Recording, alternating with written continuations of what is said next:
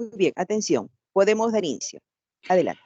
Gracias, Juanita. Bueno, continuando con nuestro ciclo de conferencias magistrales, el día de hoy nos toca la que corresponde organizar al Círculo de Estudios en Derecho Constitucional. Quiero agradecer también la presencia en sala de nuestro decano de facultad, el doctor Mario Romero Antola, quien está expectando la conferencia. El tema de hoy es la doctrina de las categorías sospechosas en la jurisprudencia constitucional e interamericana a cargo de la abogada Trilce Valdivia Aguilar. Voy a dejar en el uso de la palabra a Odette Farfán, para que pueda hacer la presentación de la expositora. Muchas gracias. Muchas gracias, doctor José Julio Goicoechea Elías. A continuación, tengo el honor de presentar a nuestra ponente, Trilce Valdivia Aguilar, quien es abogada y profesora titular de Derechos Humanos y Derecho Constitucional en la Universidad Católica San Pablo de Arequipa. Asimismo, tiene el grado de Magíster en Derecho Internacional de los Derechos Humanos por Northwestern Pritzker School of Law. Antes de iniciar la ponencia, aprovecho esta oportunidad para dar unas pautas sobre la dinámica de la sesión de hoy. En principio, nuestra ponente contará con 50 minutos para realizar su disertación, mientras que nuestros asistentes podrán realizar sus preguntas de forma escrita en el chat de la plataforma de Teams o, de lo contrario, por Facebook Live durante el desarrollo de la exposición. De igual modo, al concluir con la ponencia, como moderadora, leeré dichas preguntas o de lo contrario, los asistentes podrán oralizar sus dudas mediante la activación de su micrófono para su correspondiente absolución por parte de la Magíster Valdivia. Además, señalar que nuestras docentes responsables, las doctoras Mosi Mesa y Karen Rebasa, tendrán algunos breves minutos para dar las reflexiones finales. Finalmente, agradeceremos que los asistentes apaguen sus micrófonos y cámaras para el desarrollo de nuestra conferencia. Dicho esto, sin mayor preámbulo, iniciamos con la ponencia. Adelante, doctora Valdivia, tiene usted el uso de la palabra. Muchas gracias, Odette, y muchas gracias a la comunidad universitaria, la comunidad académica de Derecho de la UNIFE por esta invitación, especialmente en la persona de Mosi y de Karen. Muchas gracias de verdad por esta oportunidad. Siempre es bueno tener una ocasión para compartir las reflexiones que nos suscitan nuestro trabajo de investigación, ¿no? Y mucho más con otras casas universitarias, ¿no? Bueno, como se señaló al inicio de la presentación, el día de hoy compartiré con ustedes mis reflexiones en torno a la doctrina de las categorías sospechosas de discriminación en la jurisprudencia de nuestro Tribunal Constitucional y en la de la Corte Interamericana de Derechos Humanos. Ahora, estas reflexiones que voy a presentar durante esta tarde están reunidas, la gran mayoría, en un artículo que se publicó el año pasado en la revista Derecho PUC, ¿no? Para quienes quieran tener acceso a él, por el chat al final les dejaré el link para que lo puedan descargar o leer, ¿no? Y por supuesto también valorar, criticar, y estaré a la espera de esos comentarios para hacer, por supuesto, de este diálogo mucho más fructífero. Luego creo que ocuparé aproximadamente 35 o 40 minutos en esta breve exposición para poder dar paso, ¿no? a las preguntas, que creo que va a ser quizá la parte más interesante, y por supuesto también esperando los comentarios de Karen y de Mosi sobre esto, y de otros profesores que estén, por supuesto, hoy participando en esta sesión, ¿no? Entonces, bueno, lo primero que tenemos que tener en consideración cuando abordamos el tema de las categorías sospechosas es el hecho de que en el derecho constitucional se produce constantemente una migración de conceptos, ¿no? Estamos en una época, ¿no? Ciertamente de que no escapa el derecho a este fenómeno de la globalización, y claramente hay muchos conceptos jurídicos que van migrando y que van instalándose en distintas cortes, y que en cada una de estas van adquiriendo ciertas connotaciones o ciertas características especiales, ¿no? Y ese es el caso de la doctrina de las categorías sospechosas de discriminación, ¿no? Que propiamente tiene su origen en la jurisprudencia de la Corte Suprema norteamericana con la finalidad de otorgar una protección a las minorías raciales, ¿no? Desde la Corte Suprema norteamericana, la doctrina ha ido migrando a distintos tribunales constitucionales del mundo, también a tribunales de derechos humanos, y el Perú y la Corte Interamericana de Derechos Humanos no han sido ajenos a este fenómeno, ¿no? ¿Qué es una categoría sospechosa? Una categoría sospechosa de discriminación es un criterio especialmente prohibido de discriminación. Si nosotros recordamos, ¿no?, la idea de la noción de igualdad, esta es discutida pues desde los inicios de la civilización occidental, ¿no? Y se entiende la igualdad como cierta forma de justicia, ¿no? Y se le diferencia de la noción de identidad, en el sentido de que la noción de igualdad es siempre un concepto relacional, mientras que la noción de identidad se predica de un objeto consigo mismo, la noción de igualdad se predica entre dos objetos. Dos objetos que, si bien es cierto, guardan algunas características similares, tienen muchas características distintas, ¿no? Entonces, en la noción de igualdad es siempre un concepto relacional, no lo olvidemos, entre dos objetos, ¿no? Y entre estos dos objetos vamos a establecer algunas semejanzas relevantes y algunas diferencias relevantes. En ese sentido, la igualdad se predicará de aquellas semejanzas relevantes entre esos dos objetos. Y por supuesto, se podrá diferenciar entre estos dos objetos cuando las diferencias que existen entre estos sean de tipo razonable. Trasladando estos conceptos de un carácter más filosófico, ¿no?, ya al escenario del derecho, observamos que el principio de igualdad se encuentra reconocido en básicamente todas las constituciones y que fue claramente uno de los ideales que impulsó el surgimiento del constitucionalismo moderno, ¿no? La idea de igualdad surge en sus inicios como una idea primero de igualdad formal, para luego pasar a conceptualizarse como una idea de igualdad material o de igualdad real. Y es bajo esta noción que el principio de no discriminación cobra un protagonismo particular. El principio de igualdad, entonces, lo podemos entender desde una igualdad originaria o igualdad fundante en el ámbito jurídico, ¿no?, que se sostiene sobre el hecho de esa común dignidad de todos los seres humanos. Si nosotros observamos a diferentes personas, vamos a observar entre ellos muchísimas diferencias. Su tamaño, su tono de voz, el color de su cabello, el color de su piel, ¿no?, la manera en la que se expresan, el idioma que hablan, en fin, parece que entre los seres humanos, ¿no?, hay más diferencias que semejanzas. Pero hay ciertamente una semejanza con una relevancia esencial para el derecho. Y esta es que todos los seres humanos comparten una común dignidad. De todos los seres humanos predicamos ese valor esencial, que no encontramos tanto quizá en otros seres inertes e incluso en otros seres vivos, ¿no? Entonces, esta común dignidad nos permite predicar y presumir desde el derecho la igualdad de todos los seres humanos. Pero, por supuesto, el derecho no puede ser ajeno al fenómeno de la diferencia entre los seres humanos, ¿no? Y hay algunas diferencias que van a resultar relevantes para la toma de decisiones en el ámbito del derecho, para realizar ciertos repartos de justicia en los cuales, ¿no?, se les va a atribuir el ejercicio de ciertos derechos, ¿no?, de ciertas cargas también a ciertos grupos sociales y a otros no. Pero cuando hablamos del ejercicio de los derechos fundamentales y de la titularidad de los derechos fundamentales, ¿no?, parece que las diferencias son mucho menos y las semejanzas muchas más. Y por eso es que desde el principio de igualdad, ¿no?, se le adiciona, mejor dicho, al principio de igualdad, una cláusula que es la cláusula de la no discriminación.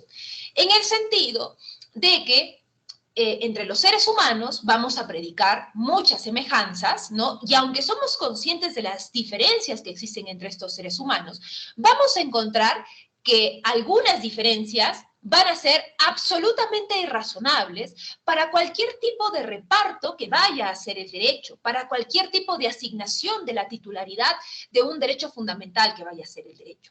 Estas diferencias, estos criterios, en virtud de los cuales no deberíamos hacer casi nunca distinciones entre las personas, son las que se conocen como categorías sospechosas de discriminación.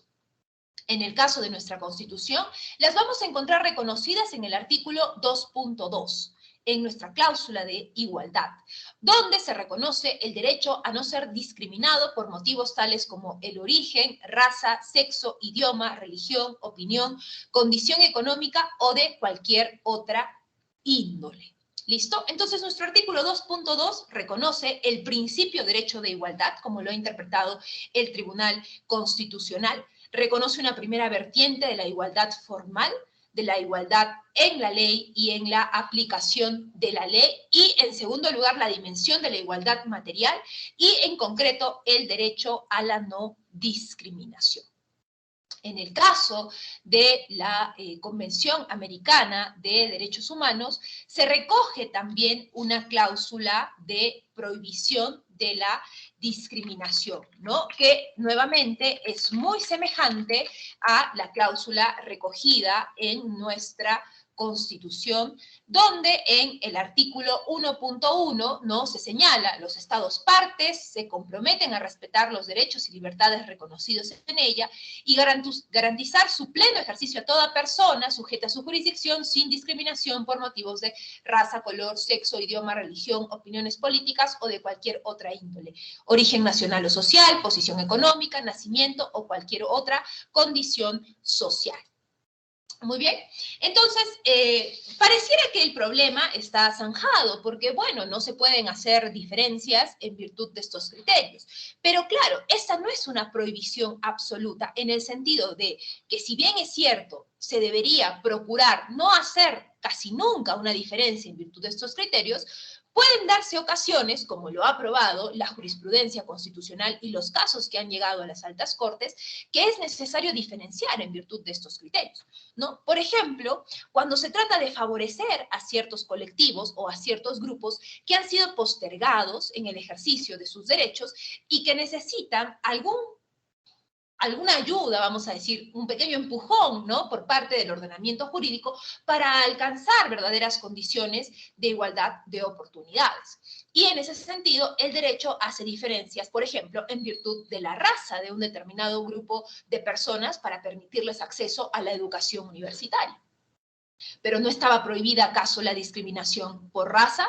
¿No es que casi nunca no deberíamos hacer una discriminación por raza? Pero claro, aquí los motivos son distintos. Los motivos no son la postergación de esa población. Por el contrario, los motivos que impulsan esa diferenciación son ahora un beneficio que se le va a conceder a esa población para alcanzar una mayor y una mejor igualdad de oportunidades. Entonces, allí es donde entra un poco la discusión de, bueno, entonces, ¿de qué se tratan estas categorías sospechosas de interpretación? ¿Cómo debemos interpretarlas? Ya, no se trata de una prohibición absoluta de diferenciar en virtud de estos criterios, pero entonces, ¿cuándo podemos diferenciar en virtud de estos criterios y cuándo no? ¿Listo? Entonces, esa es un poco la primera pregunta que vamos a absolver en esta exposición, ¿no? El Tribunal Constitucional peruano ha intentado dar una respuesta a esta pregunta, primero, ¿no?, en la sentencia del caso Cadillo-Palomino contra el Ministerio de Trabajo y Promoción del Empleo, que es la primera ocasión en la que nuestro tribunal hace referencia a la doctrina de las categorías sospechosas de discriminación, ¿no? Se trata de un trabajador que habría sido excluido arbitrariamente, él señala, en razón de su condición de discapacidad, del Registro Nacional de Trabajadores cesados irregularmente. En esta sentencia, el Tribunal Constitucional definió a las categorías sospechosas como aquellos criterios de clasificación que aluden a determinados grupos sociales que han sido históricamente discriminados y que por ende merecen recibir una tutela especial o diferenciada de parte del ordenamiento jurídico. En este caso, dicha protección cualificada consiste en establecer que toda distinción que se funde en alguno de estos criterios expresamente vedados estará afectada a una presunción de inconstitucionalidad, la cual solo podrá ser desvirtuada a través de una justificación estricta, objetiva y razonable. Entonces, aquí el Tribunal Constitucional nos está diciendo que las categorías sospechosas no están allí como parte de un listado meramente arbitrario, sino que aluden a criterios que identifican a determinados grupos sociales que han sido históricamente discriminados y que merecen de parte del ordenamiento constitucional una tutela especial. Este mismo criterio es reforzado, ¿no?, en la famosa sentencia de Yané Cosar contra los supermercados peruanos Plaza Vea por haber sido impedida de ingresar a estas instalaciones con su perro guía, siendo una persona que padecía de ceguera, ¿no? El Tribunal Constitucional, ¿no?, señaló que nuevamente en el marco de esta especial protección que merecen estos colectivos que habrían sido históricamente sujetos a limitaciones en el ejercicio de sus derechos, es que tanto los particulares como el ordenamiento jurídico deben adecuar, ¿no?, sus estructuras, ¿no?, tanto materiales, físicas, como también ya estructuras de carácter inmaterial, ¿no?, para permitir a estas personas un ejercicio adecuado de sus derechos, ¿no?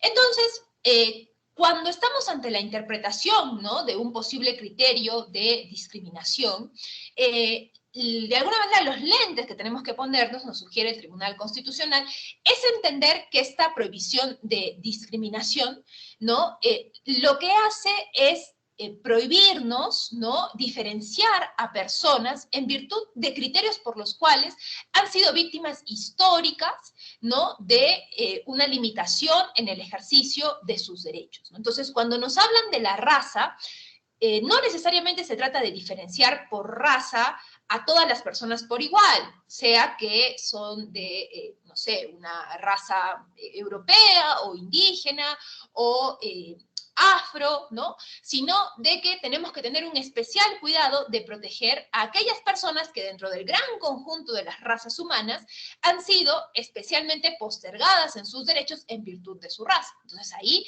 ya se va reduciendo la lista, ¿no?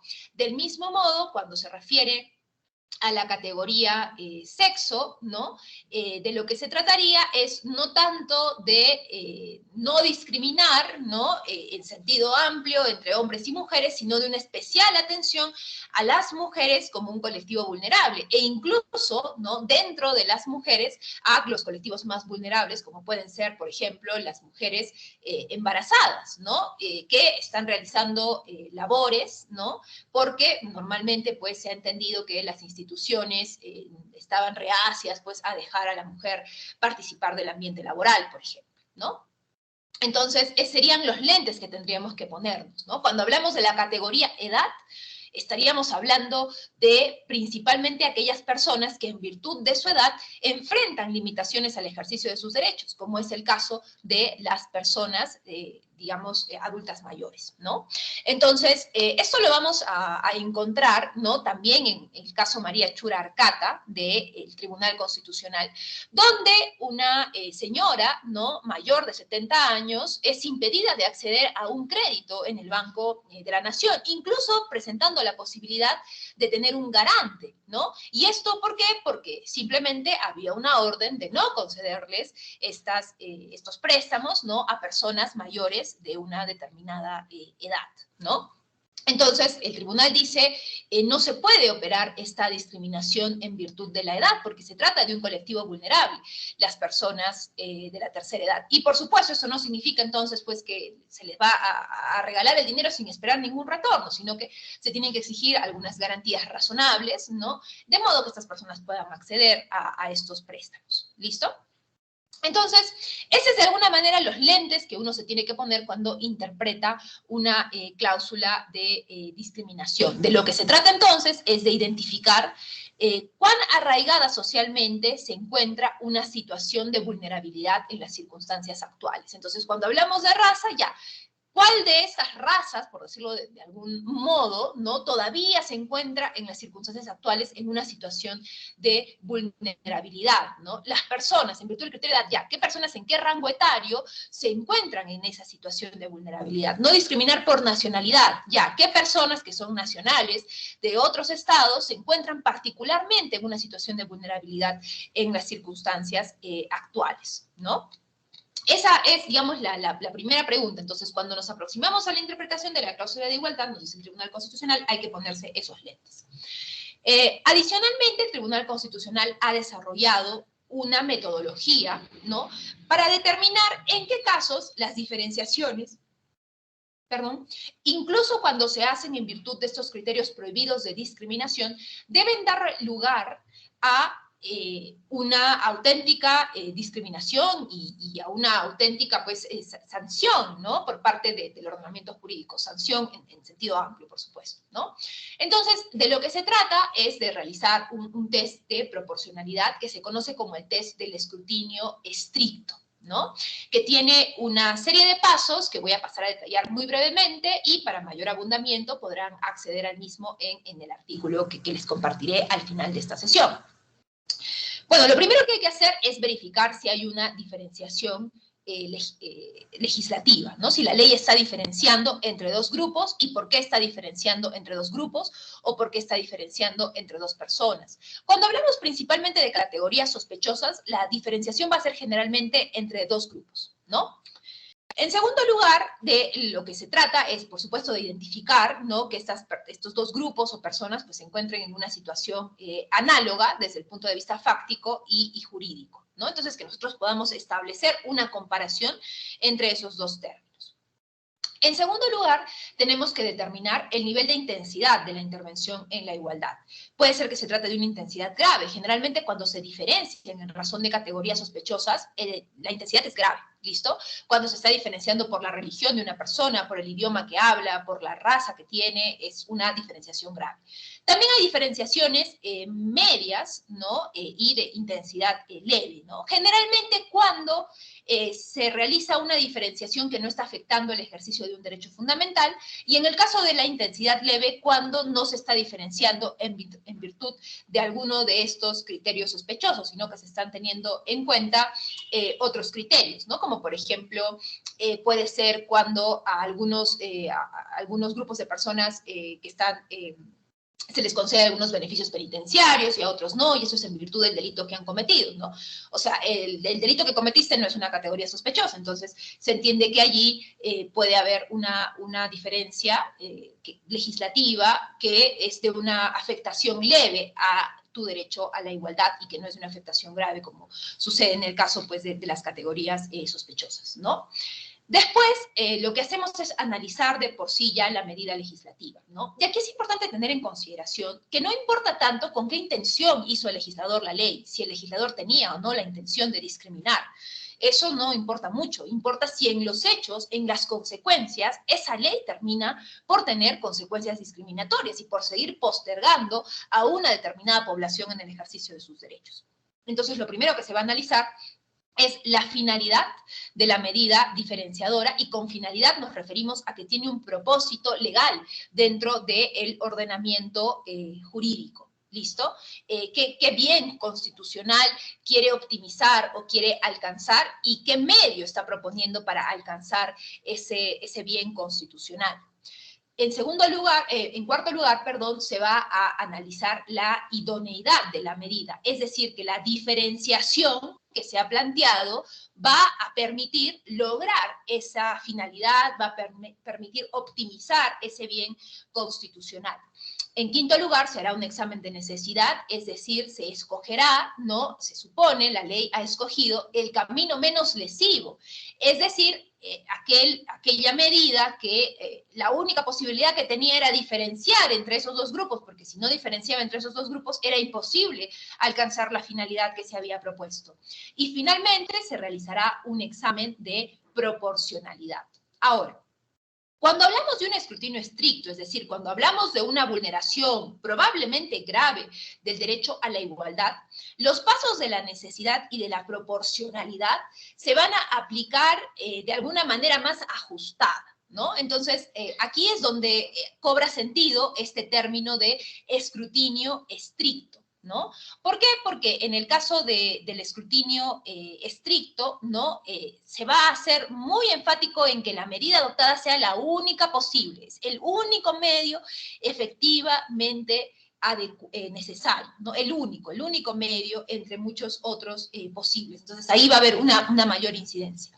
Y del mismo modo también en el examen de proporcionalidad, porque si se llega a tener, digámoslo así, un empate, ¿no? Al haber analizado todos los pros, los contras de cada una de las medidas, entonces primará la igualdad, ¿no? Va a haber una presunción favorable a que, bueno, se lesionó el derecho a la igualdad de la persona. Esto cuando hablamos de un escrutinio estricto, ¿no? Entonces ahí es donde cobra sentido el escrutinio estricto. También por el hecho de que generalmente en el escrutinio estricto es la parte que ha discriminado quien tiene la carga de la prueba y no así la persona que está alegando haber sido discriminada. La jurisprudencia de la Corte Interamericana de Derechos Humanos es bastante semejante a la del Tribunal Constitucional, como vamos a pasar a detallar a continuación, ¿no? Lo primero que hay que tener en consideración es que en la Convención Americana de Derechos Humanos, además del artículo 1.1 de la Convención, encontramos también el artículo 24, ¿no? Como parte del contenido protegido del derecho a la igualdad. El artículo 24 reconoce el derecho a la igualdad ante la ley y básicamente protege que los estados en la aplicación de sus medidas legislativas internas no discriminen entre sus ciudadanos. En cambio, el artículo 1.1 es una cláusula subordinada de igualdad porque significa que los estados no deben discriminar entre sus ciudadanos en el ejercicio de ciertos derechos que están reconocidos en la Convención. ¿Listo? Entonces, siempre el 1.1 se vulnera en relación con otro derecho, en relación con el derecho a mi libertad de expresión, a mi libertad religiosa, a la vida privada, ¿listo? Siempre está en relación con el ejercicio de otro derecho. Mientras que el 24 se refiere sobre todo al reconocimiento del derecho a la igualdad ante la ley. El primer pronunciamiento de la Corte Interamericana de Derechos Humanos, donde encontramos una aproximación a la doctrina de las categorías sospechosas, es la sentencia del caso Atala Rifo y Niñas contra Chile. Y este caso es particularmente interesante porque aquí lo que la Corte hace, más que básicamente decidir si se ha vulnerado el artículo 1.1, es, además de ello, adicionar un nuevo criterio prohibido de discriminación, que en este caso es el criterio orientación sexual, el que desprende de la cláusula general cualquier otra condición social, es decir, que está prohibido discriminar en virtud de cualquier otra condición social, no solo en virtud de la raza, la nacionalidad, la edad, el sexo, ¿no? Sino en virtud de cualquier otra condición social. Y a este término se debería añadir la orientación sexual. En ese sentido, ¿no? Para argumentar que la orientación sexual es otra condición social prohibida de discriminación, la Corte Interamericana va a recurrir a muchos instrumentos de soft law, ¿no? A resoluciones de la Asamblea de Naciones Unidas, de la Asamblea de la OEA, los principios de Yogyakarta, ¿no? Que son instrumentos interpretativos que muchas organizaciones LGTB, ¿no? Han ido articulando, ¿no? Dentro del derecho internacional de los derechos humanos y que han ido alegando también ante los tribunales, ¿no? Como parte de este activismo en el marco de los derechos humanos. Entonces, un razonamiento muy particular, además de todos estos instrumentos de soft law, ¿no? de derecho indicativo, ¿no? La Corte tomó en consideración un elemento muy particular, ¿no? Muy semejante al del Tribunal Constitucional, que es el siguiente: que las minorías sexuales en nuestra región han sido víctimas de una situación de discriminación histórica y estructural, por lo que es posible que la falta de consenso sobre el respeto pleno de estas minorías no debe considerarse como un argumento válido para negarles o restringirles sus derechos, ¿no? Entonces, nuevamente, siendo que las minorías sexuales han sido víctimas de una discriminación histórica y estructural, ¿no? Entonces, son un grupo particularmente vulnerado en el ejercicio de sus derechos y que requieren una reparación en ese sentido, ¿no? Entonces, la Corte Interamericana ha señalado que cualquier diferenciación en virtud de una categoría sospechosa como la orientación sexual requerirá de una fundamentación rigurosa y de mucho peso que implicará además la inversión de la carga de la prueba, ¿no? En posteriores sentencias, el tribunal ha ido perfilando un poco más esta doctrina de las categorías sospechosas, ¿no? Por ejemplo, en el caso Norín Catrimán contra Chile, ha reconocido al origen étnico también como una categoría sospechosa. En el caso Granier contra Venezuela, ha reconocido a las opiniones políticas como una categoría sospechosa. En el caso González Lluy contra Ecuador, ha reconocido a la condición de persona con VIH como una categoría sospechosa, y en el caso González Lluy ha profundizado un poco más sobre el examen estricto de proporcionalidad que se debe aplicar en estos casos donde hay una diferenciación en virtud de un criterio sospechoso, ¿no? Dice la Corte, las razones utilizadas para realizar la diferenciación de trato deben ser particularmente serias y estar sustentadas en una argumentación exhaustiva, ¿no? Nuevamente, también en el caso González Lluy, para incorporar a la condición de persona con VIH como criterio sospechoso, la Corte ha recurrido a criterios del soft law, ¿no? Principalmente a pronunciamientos del Comité de Derechos Económicos, Sociales y Culturales, del Comité de Derechos del Niño, ¿no? En el caso Trabajadores de Hacienda de Brasil Verde contra Brasil, ha incorporado el criterio posición económica, ¿no? Como parte también de las categorías sospechosas de discriminación, ¿no? Entonces podemos también arribar a la conclusión que en el caso del Tribunal Interamericano, para identificar categorías sospechosas de discriminación, debemos de centrarnos pues en aquellas realidades sociales que han afectado particularmente a un determinado grupo social, imponiéndole barreras sociales y culturales en el acceso a sus derechos, ¿no? Entonces, resulta necesario entender la no discriminación a la luz de una situación de la desventaja que presentan algunos grupos y, por lo tanto, los pueden someter a condiciones históricas de discriminación, ¿no? Entonces, bueno, allí vamos en el artículo ustedes pueden encontrar el desarrollo en concreto, ¿no? de todos estos fallos, ¿no? Y es importante que, básicamente, en el caso González Lluy, ¿no? La Corte señaló que en algunos casos, ¿no? No solamente basta observar que una persona ha sido discriminada en función de un único criterio, sino que podrían darse casos de discriminación múltiple o de discriminación interseccional, en el cual una persona está mucho más desaventajada que otra. No es lo mismo una mujer como yo, como ustedes, que hemos accedido a la educación universitaria, ¿no? que vamos a poder ejercer una profesión, que una mujer que no puede acceder a esta educación, que además pertenece, por ejemplo, a una determinada comunidad indígena, alejada de centros poblados, alejada de una ciudad, donde además, por ejemplo, para acceder a un servicio médico no puede hacerlo en su propio idioma, o sea, está afectada por condiciones adicionales de discriminación, además de su propio sexo, ¿no? Una discriminación en razón del idioma en que habla, de su origen étnico, en fin, de su posición económica, ¿no? Entonces, todos estos criterios deberían sumarse para analizar cuán grande es la afectación del derecho a la igualdad de esa persona, ¿no? Y ese es un concepto que se conoce como discriminación interseccional o discriminación múltiple en la doctrina constitucional comparada, ¿no? Entonces, bueno, luego de haber explicado la doctrina, yo en el trabajo hago una pequeña valoración, ¿no? Crítica de algunos de estos conceptos, ¿no? Valoro que efectivamente el concebir a una discriminación como una discriminación no sometimiento, como este reconocimiento de ciertos grupos postergados, ciertamente está pues dentro de la esencia, ¿no? Del constitucionalismo, por supuesto la limitación del poder, del permitir a las personas un mayor acceso a un mayor y mejor ejercicio de sus derechos. Esto puede tener algunas dificultades, ¿no? Y que ya han ido identificando algunos autores, que es, por ejemplo, diluir, ¿no? al individuo dentro del grupo social, siendo que dentro del grupo social pueden presentarse ciertas características que no siempre responden a lo que el individuo quiere, y se puede presentar esta tensión pues, entre el individuo y ese grupo social que se considera el grupo social marginado o discriminado, ¿no? Y esto se da mucho en el contexto de las llamadas identity politics, ¿no? Realmente en Estados Unidos, ¿cuán afro tengo que ser para ser afroamericano, ¿no? ¿Qué pasa si soy mestizo?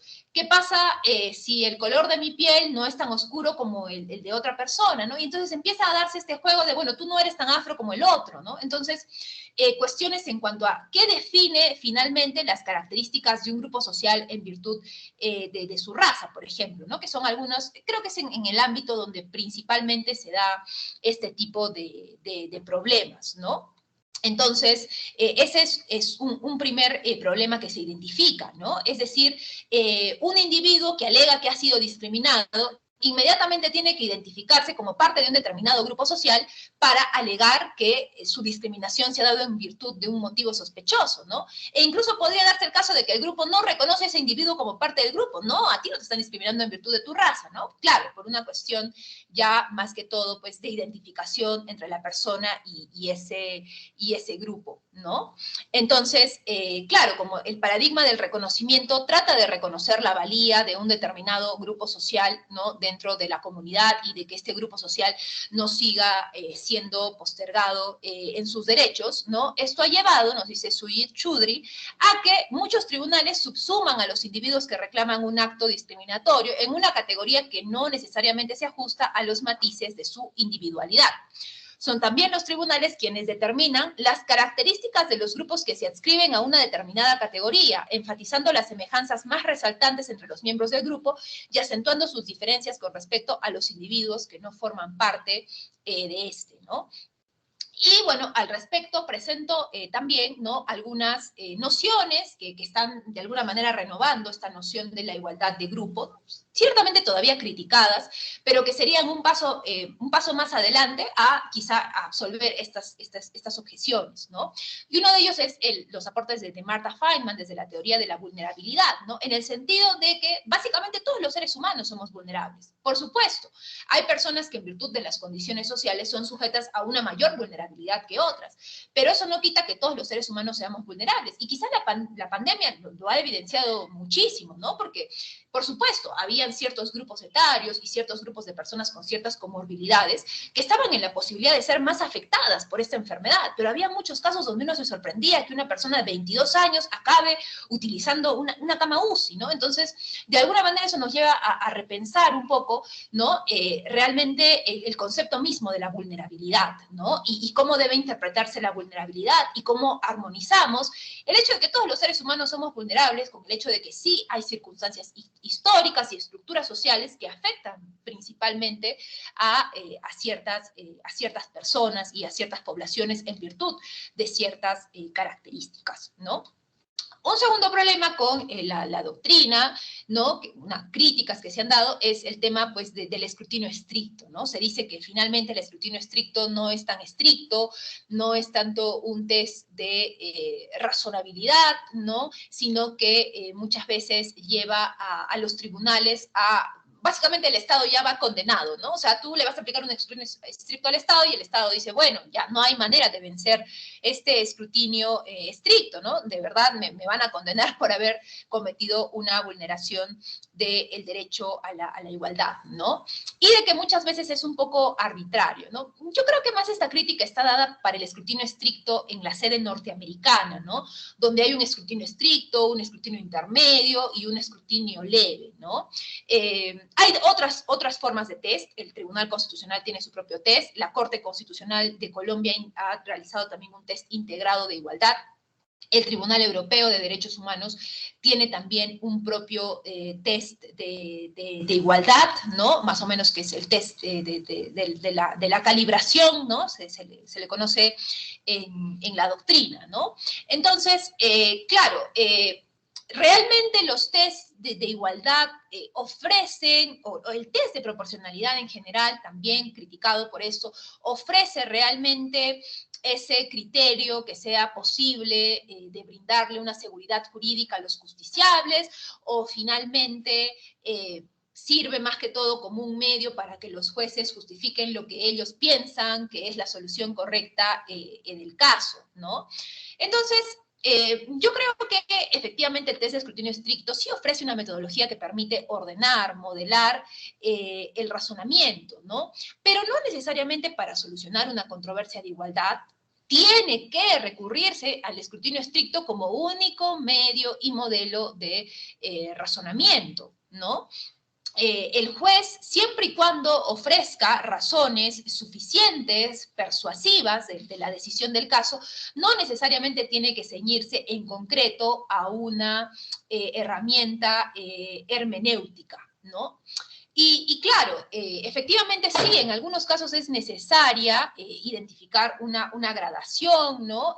Un examen de distintas intensidades, ¿no? Porque, por supuesto, no es lo mismo una discriminación pues que se da en virtud de la raza de una persona, a una diferenciación, como lo decíamos, que se puede dar en razón pues, del delito cometido, ¿no? Claramente encontramos que en lo primero hay una mayor gravedad, ¿no? Pero entonces, lo que importa principalmente son las razones ofrecidas, sea que se utilice el test de escrutinio estricto o no, ¿no? Las razones y por qué esas razones argumentan una determinada solución del caso, ¿no?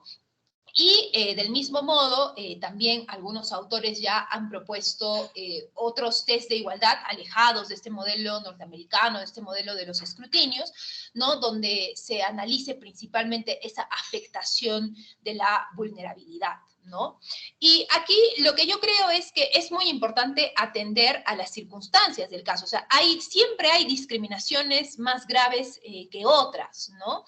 Entonces, yo creo que más que una categoría sospechosa de discriminación, ¿no? Lo que existe, y con esto cierro, y a la espera de sus preguntas, son situaciones sospechosas de discriminación. O sea, diversos factores que hacen que un individuo o un determinado grupo, o miembros de un determinado grupo, o personas que ni siquiera quizás se identifican como un determinado grupo, pero que los postergan socialmente, ¿no? Y estas situaciones obedecen a distintos criterios, obedecen muchas veces a la misma estructura, diseño de la estructura social, a veces a prejuicios, ¿no? De las personas en virtud de una determinada característica personal, una determinada característica física, ¿no? Entonces, más que una categoría y de una persona perteneciendo al grupo, hay una situación del caso concreto que rodea a esa persona que bajo unos determinados elementos podemos catalogar como una situación sospechosa de discriminación, ¿no? Principalmente porque termina por postergar a esa persona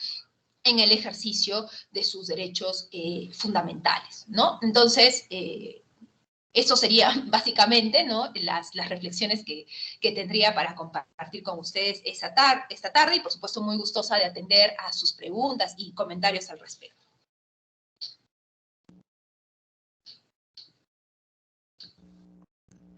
Muchas gracias, doctora, por su clara e interesante disertación.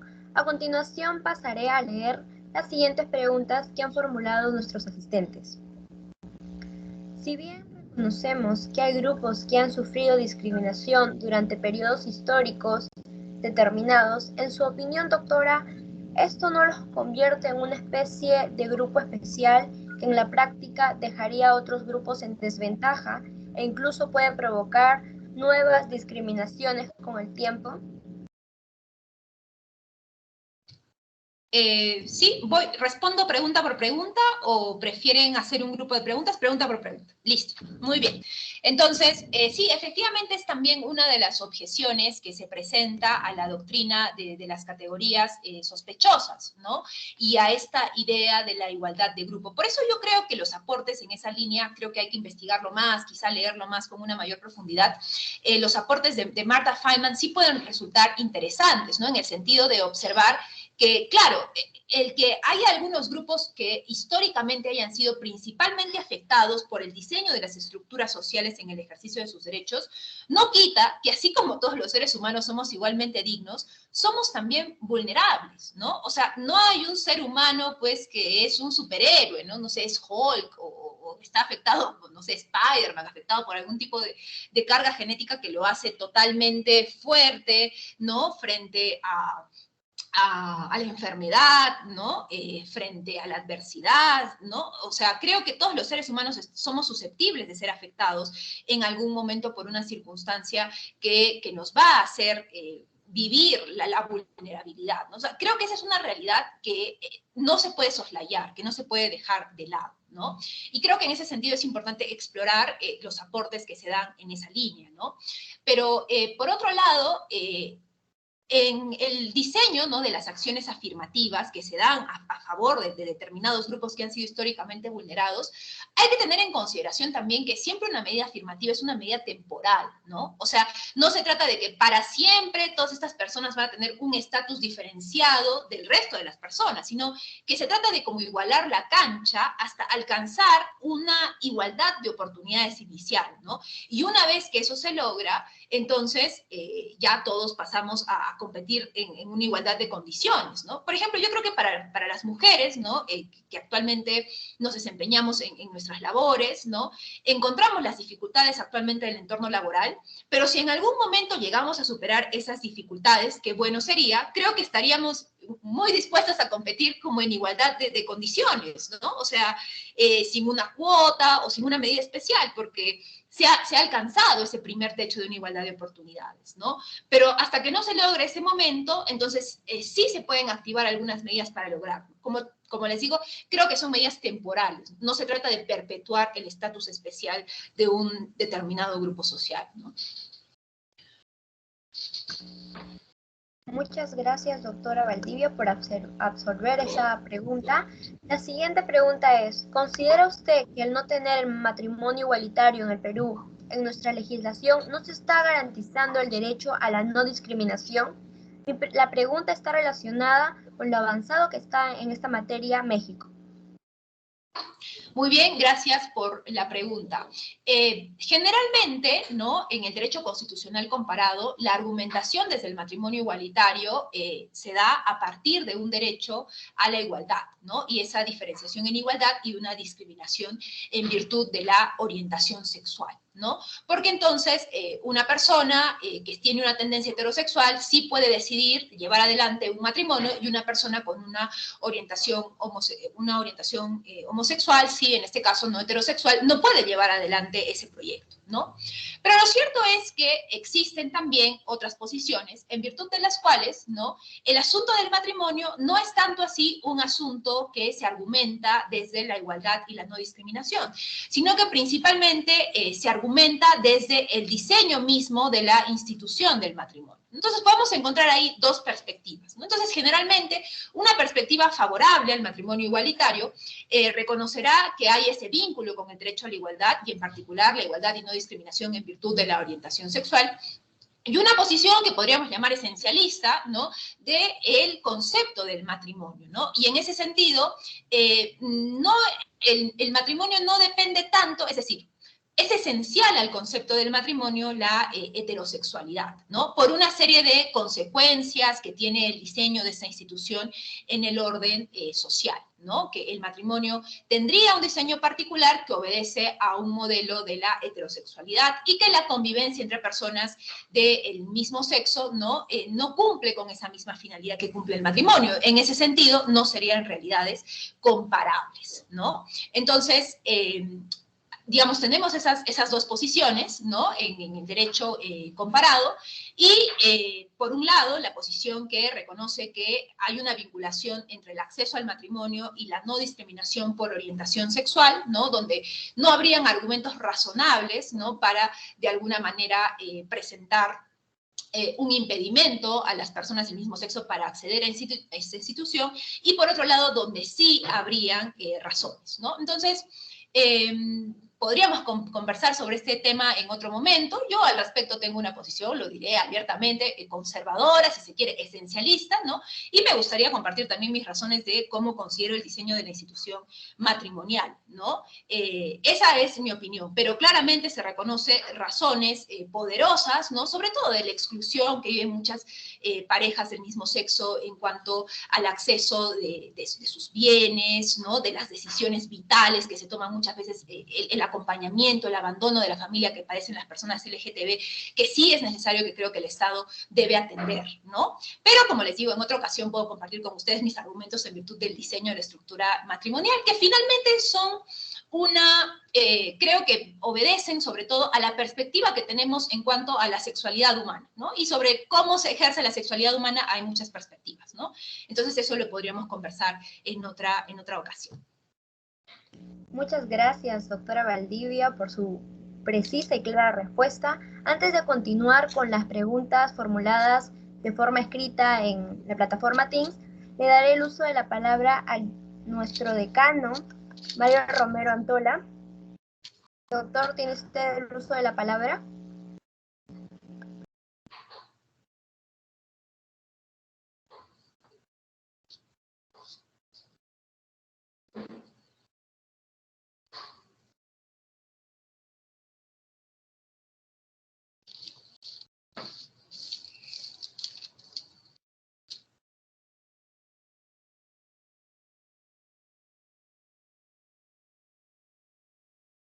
Doctor Mario, ¿no se le escucha?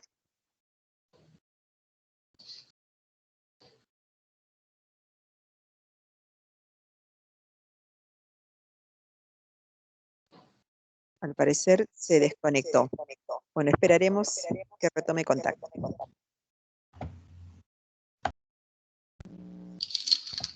Bueno,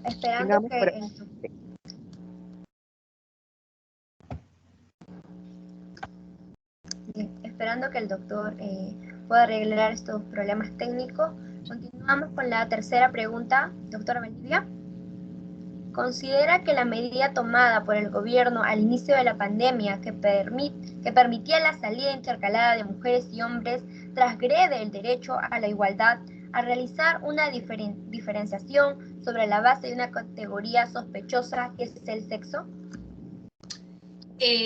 Gracias. Me parece que esto fue objeto de una conferencia que se dio el año pasado, justo en el contexto de la pandemia, y que yo abordé, ¿no?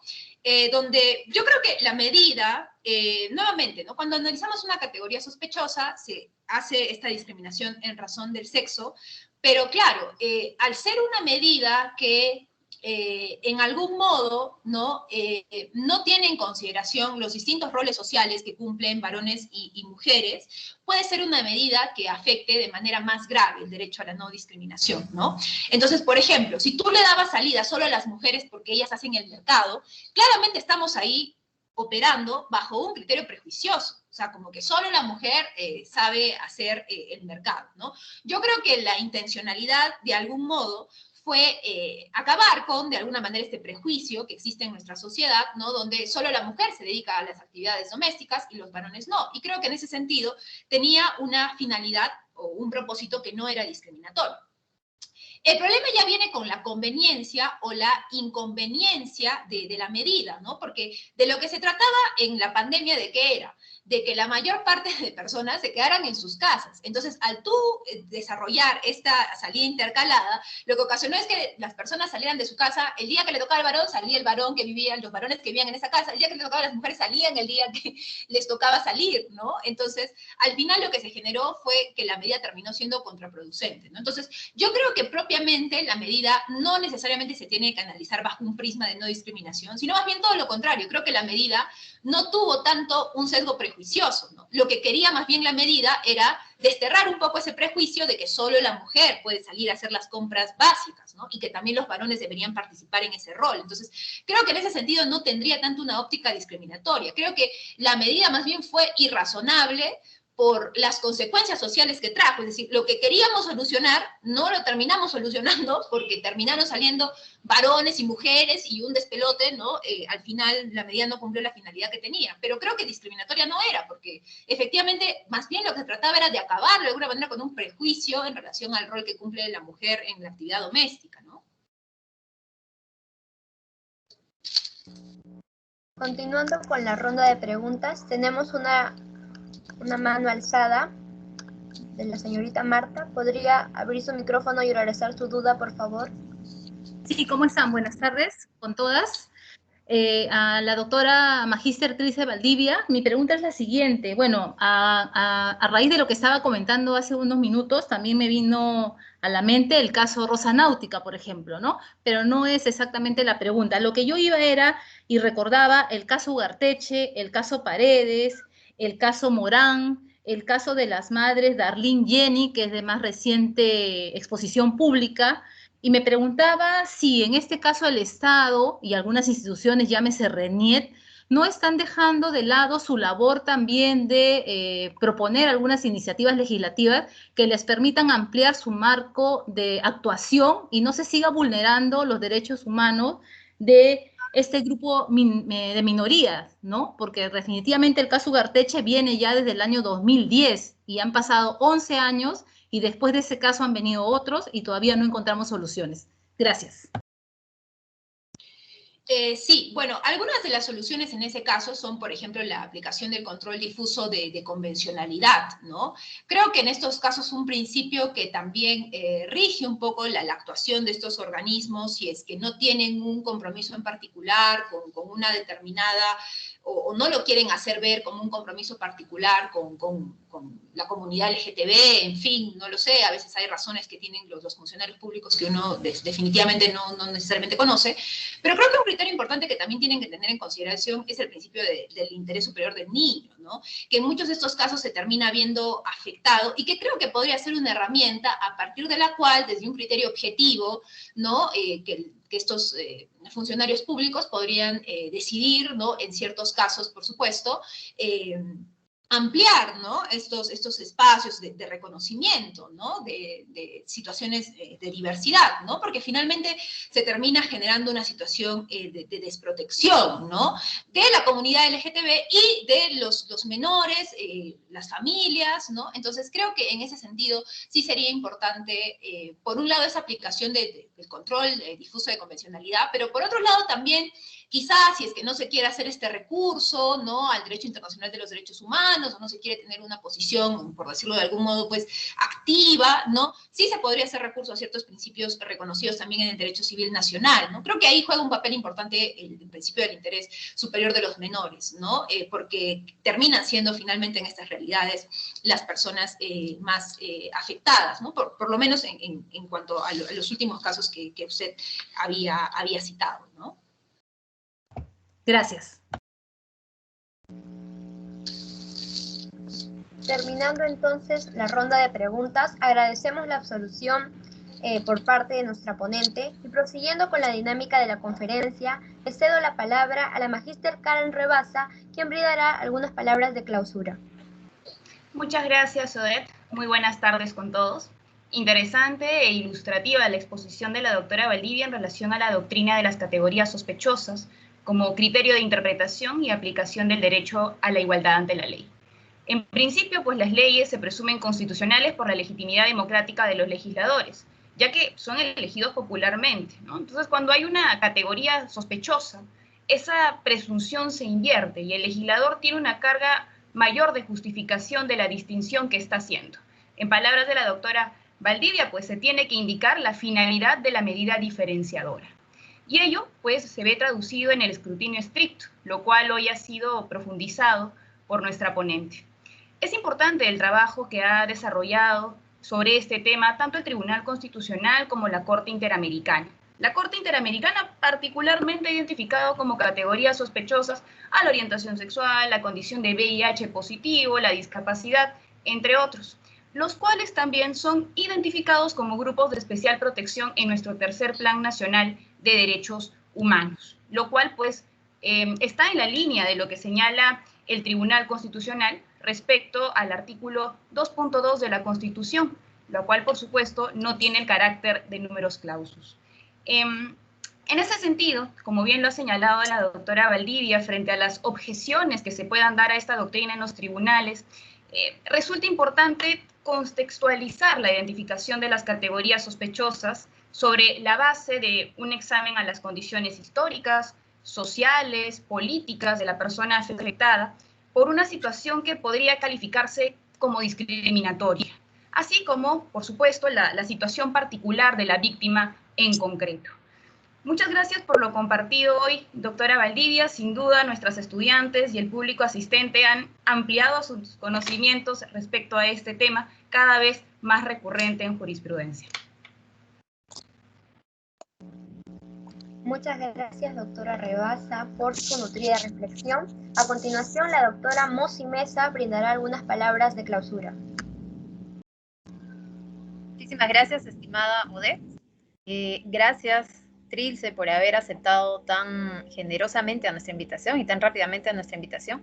Antes de las palabras correspondientes, yo quisiera intentar una vez más con el doctor Romero, quien tiene también unas palabras y unas preguntas a formular a nuestra ponente. No sé, doctor Romero, si puede hacer el intento. ¿Ahora sí me copian? Ahora ¿Nos sí, hemos perfecto. ¿Me copias? ¿Sí? Sí, lo escuchamos. Ok. Adelante. Estimada doctora, muchísimas gracias en nombre de la Facultad de Derecho. Permítame agradecerle enormemente por la deferencia que ha tenido en exponer este tema de tanta trascendencia, tanta importancia. Además, felicitarla porque lo ha hecho muy bien, ha hecho claro lo difícil, y yo creo que ese es un mérito de todo buen docente. Y quería aprovechar la oportunidad para hacer una pregunta que la podría dividir en dos, que tiene que ver con este tema de la discriminación de las mujeres o la supuesta discriminación de las mujeres al ingreso de los clubes sociales o asociaciones civiles sin fines de lucro, ¿no?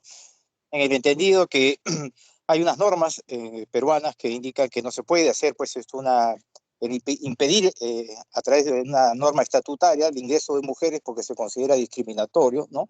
A pesar de que hay, pues, universidades femeninas, ¿no?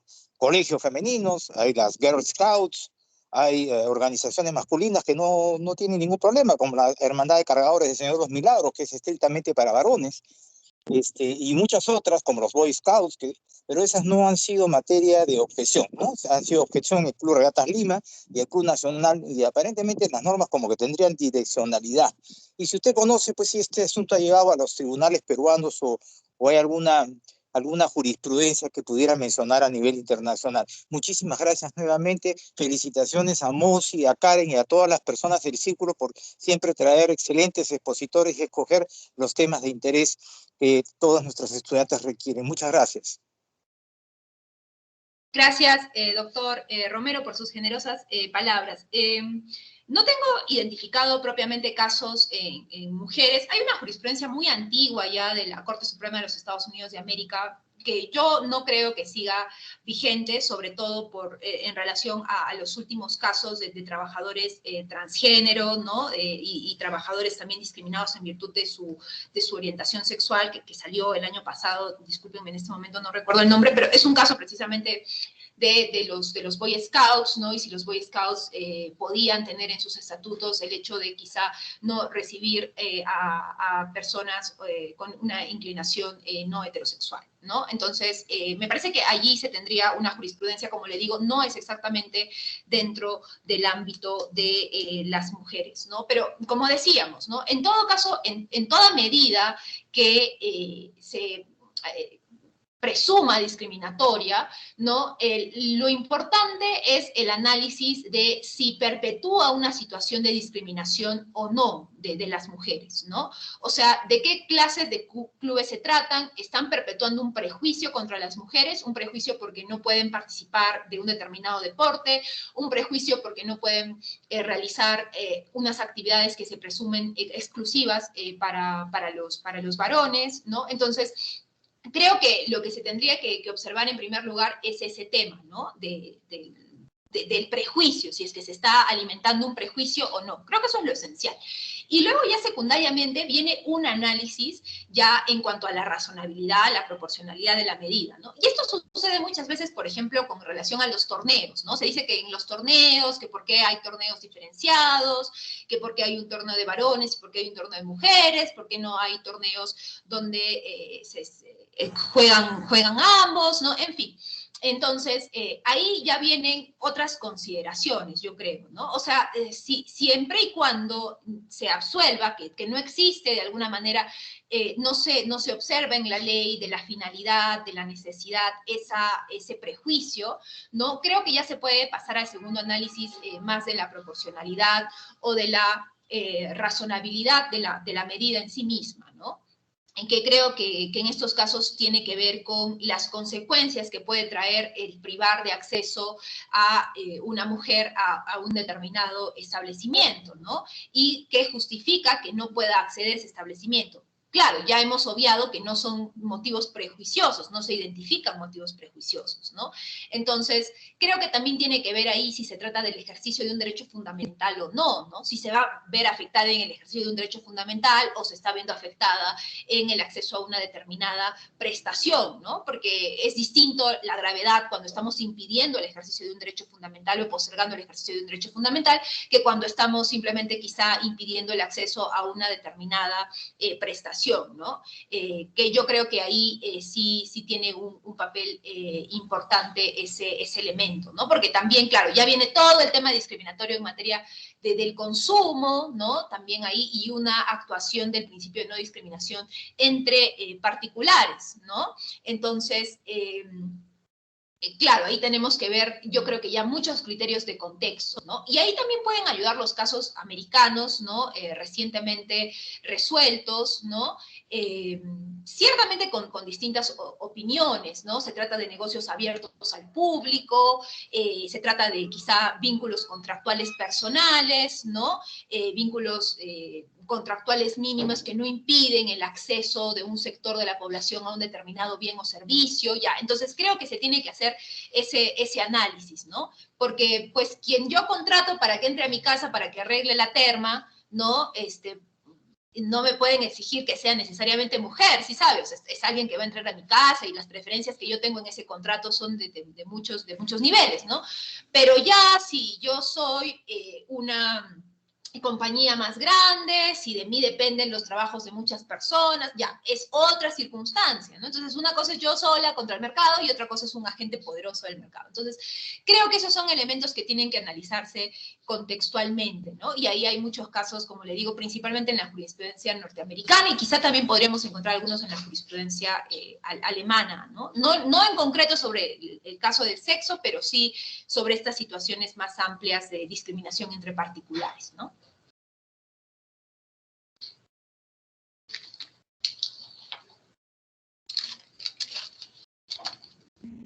Bien, muchas gracias al doctor Romero por sus palabras y por supuesto por su intervención activa en esta conferencia con preguntas bastante puntuales y pertinentes, y por supuesto a nuestra invitada Trilce, a quien nuevamente agradecemos en nombre del Círculo de Estudios de Derecho Constitucional y Derechos Humanos. Esperamos contar con ella en próximas oportunidades, estamos seguras que así va a ser, porque ha sido sumamente, pues, como señalaba hace un momento, generosa con su aceptación inmediata. Y solamente pues para culminar, que SEDEC propicia eventos de esta naturaleza desde el enfoque del derecho constitucional y en este caso concreto los derechos humanos, ¿no? Entonces hemos querido concentrarnos de pronto en la preocupación que nos invoca esta etapa de especificación de los derechos, incorporada, como todas aquí sabemos, por Norberto Bobbio, pues al proceso evolutivo de los derechos humanos, al entendimiento justamente de estos grupos que se encuentran en situación de vulnerabilidad y la atención preferente que tienen por parte del Estado, mediante el establecimiento de categorías sospechosas y, por supuesto, acciones afirmativas, ¿no? Un tema importante que también resaltó nuestra invitada ha sido el plano de cómo enfrentar justamente pretensiones de esta naturaleza o invocaciones de discriminación, ¿no? Que en muchos de los casos se realizan sobre la base incluso de algunos aspectos meramente subjetivos. Entonces, a fin de dotar objetividad en su análisis, es que se establecen estructuras o metodologías como es el test de igualdad, que ella bien refirió, cuando se trata de análisis de normas, o de pronto si nos encontramos frente a actos concretos de vulneración, la idea esta del término de comparación válido, ¿no? El tertium comparationis, que en muchos casos también ha utilizado nuestra jurisprudencia constitucional y que seguramente pues va a ser objeto de análisis mucho más profundos. Estamos seguras que con este evento, que justamente busca incidir o en todo caso establecer un punto de partida para un debate mucho mayor, nuestras estudiantes de UNIFE y el público que actualmente nos está viendo a través de las redes sociales estará pues más que presto a profundizar en el tema, a investigar muchísimo más y a seguir de forma pues más presencial de pronto el trabajo investigativo de nuestra invitada Trilce Valdivia. Agradecemos nuevamente su participación y les dejo en el uso de la palabra a nuestra moderadora Odette. Muchas gracias. Muchas gracias, doctora Mossi, por su provechosa reflexión. Es así, querida audiencia, que hemos llegado al fin de nuestro evento académico. Agradecemos nuevamente a la magíster Trilce Valdivia Aguilar por su provechosa y nutrida ponencia. Asimismo, agradecemos a la comunidad jurídica y al público en general por asistir a la ponencia de hoy y los invitamos a seguirnos en nuestras redes sociales. Muchas gracias, hasta una próxima oportunidad.